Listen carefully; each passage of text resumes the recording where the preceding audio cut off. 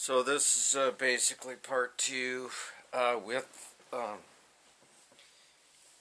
prescription drugs, drugs prescribed by a doctor, and etc., and alcoholism and all that. And like I've said before, I'm almost up on 3 years now. Not quite three, but getting there.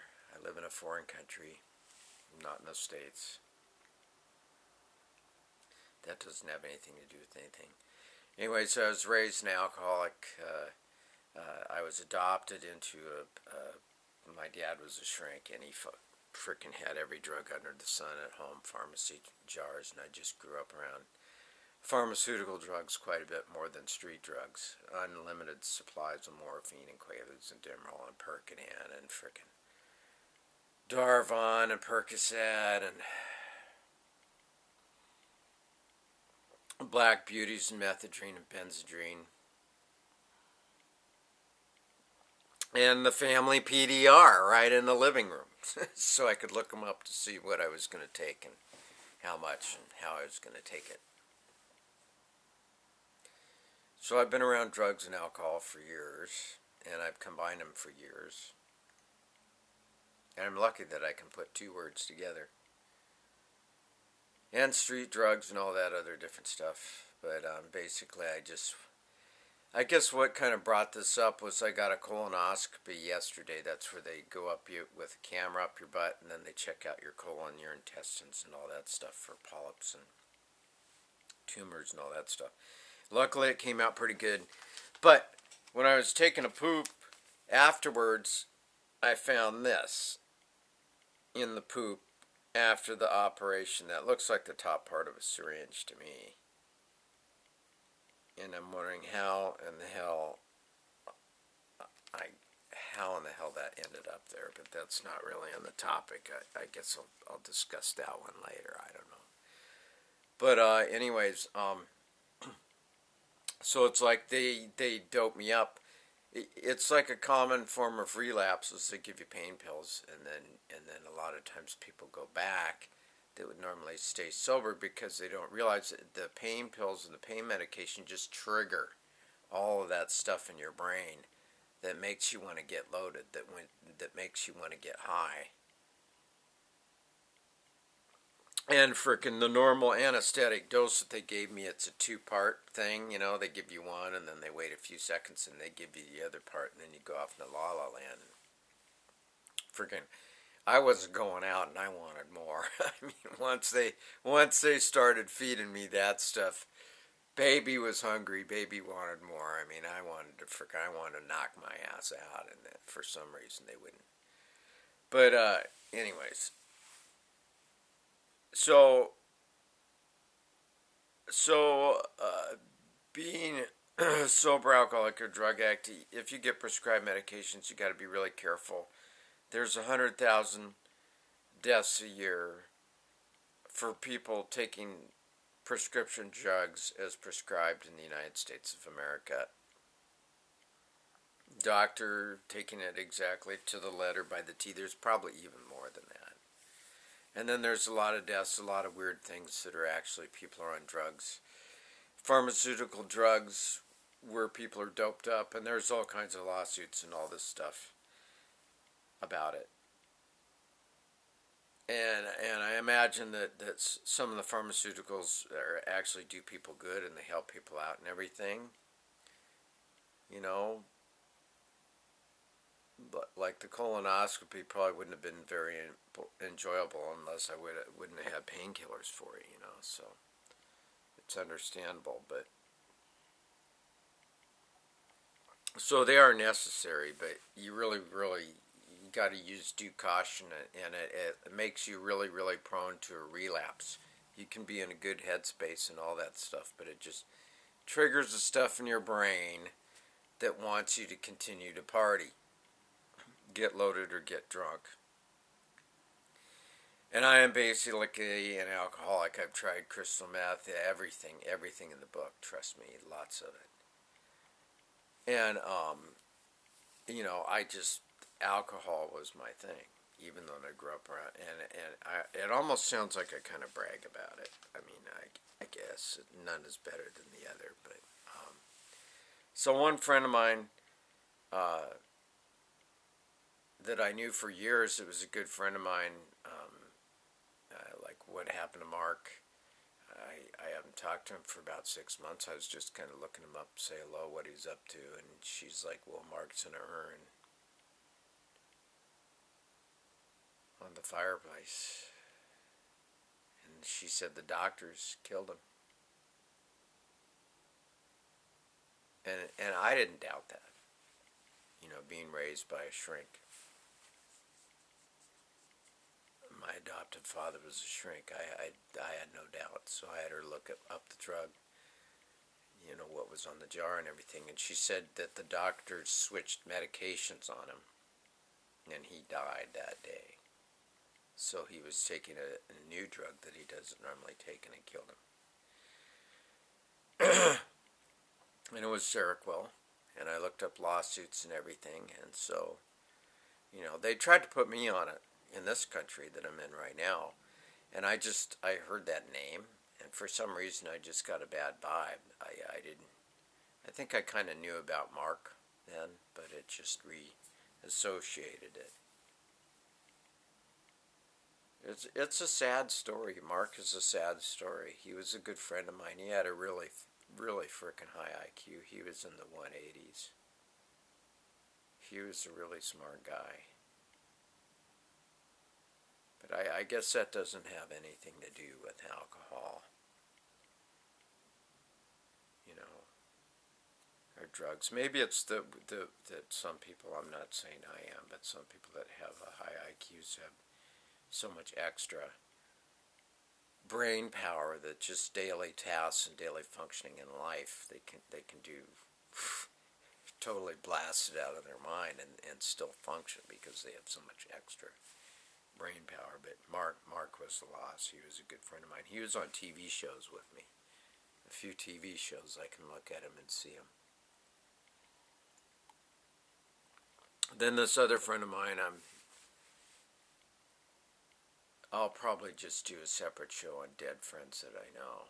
But this other friend of mine, I had a brain injury from alcoholism. I was all drugged up and doped up, and I came home to my apartment, and I slipped and fell, and I hit the back of my head on the floor, and I was on the frickin' floor. I don't know how well you can see it, but I was on the floor for a week without food or water, and I'm dying on the floor. I can't move. My right arm's fractured.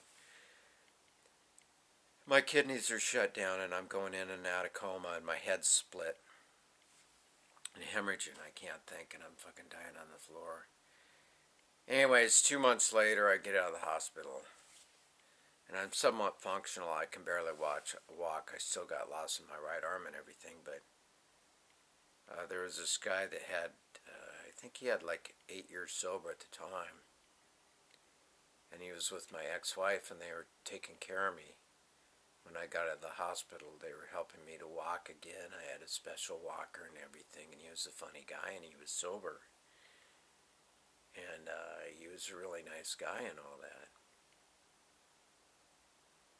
And I was just like 2 months out of the hospital, so I had like two months sober and everything, and this guy had years.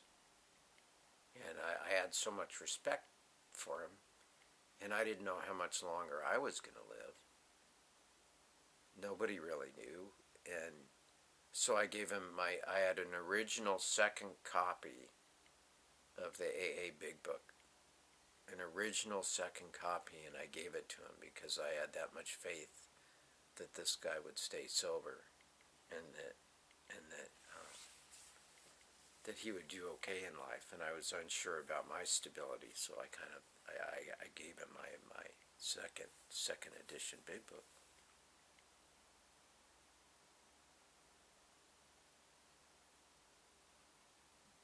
And then I get a call from I see him on Facebook, and I hit him up. Oh, it looks like you're in Vietnam. I'm over in Japan.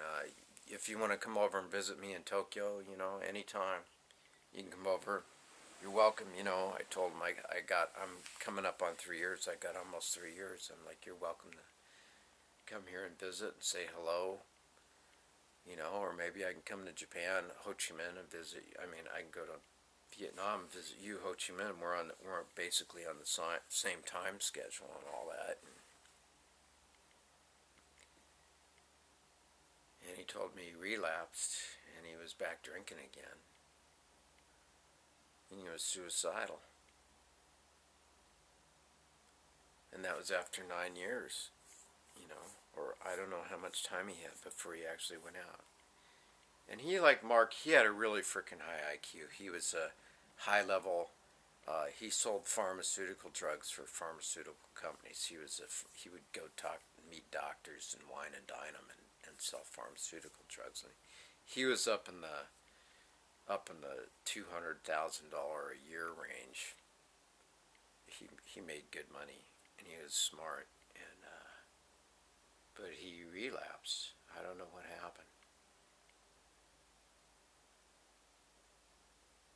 And so I invited him to Tokyo and all that, but I basically just told him, man, you gotta find a sponsor and you gotta get sober. You're gonna die. And he already knows that. I'm like, you gotta stop as quick as you can. And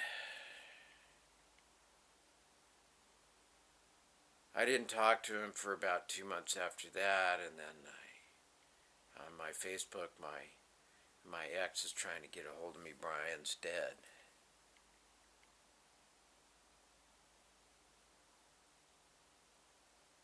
And then I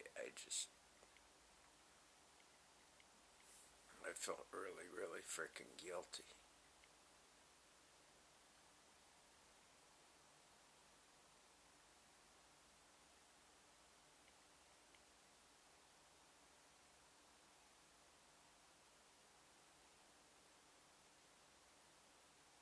I thought, well, you know, you can't get somebody sober and you can't get them drunk, but I thought, you know, if I would have frickin' stayed in better contact with this guy, maybe he was isolated because he was in Vietnam.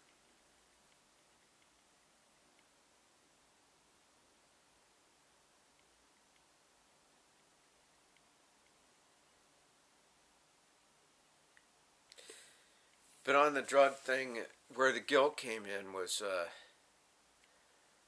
they put him on this sleeping pill.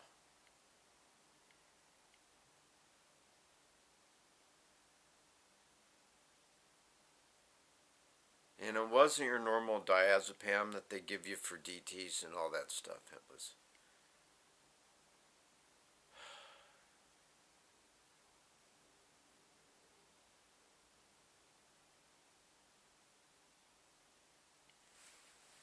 This is a picture of him.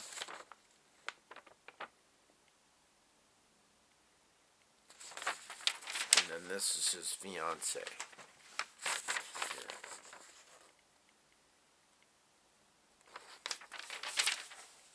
But why can't I remember the name of it? I guess I'll talk about it in the Dead Friends video.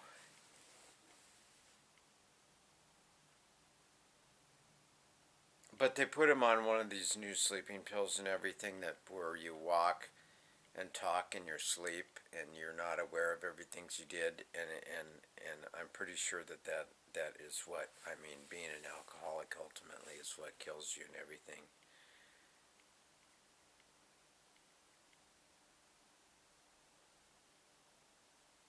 But they put him on the sleeping pill, so you gotta watch out what drugs they put you on. And if I would have known they put him on this different medication, I would have recommended a different medication from what I know than what they put him